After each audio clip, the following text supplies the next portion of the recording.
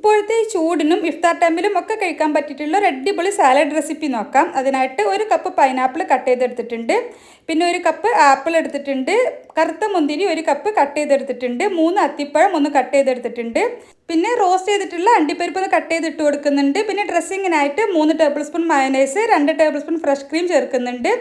പിന്നെ ടേസ്റ്റ് ഒന്ന് ബാലൻസ് ചെയ്യാൻ വേണ്ടിയിട്ട് 1 ടേബിൾ സ്പൂൺ തേൻ കൂടി ചേർക്കുന്നുണ്ട്. പിന്നെ എരിവിനായിട്ട് 1/2 ടീസ്പൂണോളം കുരുമുളക് പൊടിയും ആവശ്യത്തിന് ഉപ്പും ചേർത്തിട്ട് നന്നായിട്ട് മിക്സ് ആക്കി വെക്കാം. മയണൈസിൽ ഉപ്പുണ്ട്, അത് നോക്കിയിട്ട് വേണം ഉപ്പ് ചേർക്കാൻ. ഇത് നന്നായിട്ട് മിക്സ് ആക്കിയതിന് ശേഷം ഇതിലേക്ക് ഫ്രൂട്ട്സ് ഇട്ട് കൊടുക്കാം. എല്ലാം കൂടി നന്നായിട്ട് മിക്സ് ആക്കി എടുക്കാം. ഇനി നമുക്കിത് കുറച്ചൊന്ന് തണുപ്പിച്ചിട്ട് കഴിക്കാനാണ് ടേസ്റ്റ്. പ്ലേറ്റിംഗ് ചെയ്യുന്നതിന് മുമ്പായിട്ട് അടിയിൽ കുറച്ച് ലെറ്റ്യൂസ് കട്ട് ചെയ്തത് ഇട്ട് കൊടുക്കുന്നുണ്ട്. അതിന് മുകളിലാണ് നമ്മൾ മിക്സ് ചെയ്ത് വെച്ചിട്ടുള്ള സാലഡ് ഇട്ട് കൊടുക്കുന്നത്. തണുപ്പിച്ച് കഴിക്കാനാണ് ടേസ്റ്റ്. നോമ്പ് തുറക്കുന്ന സമയത്തൊക്കെ കഴിക്കാൻ പറ്റിയിട്ടുള്ള ഒരു അടിപൊളി ടേസ്റ്റി ആയിട്ടുള്ള സാലഡാണ്. കുട്ടികൾക്ക് പോലും ഇഷ്ടമാവുന്നൊരു ടേസ്റ്റാണ്.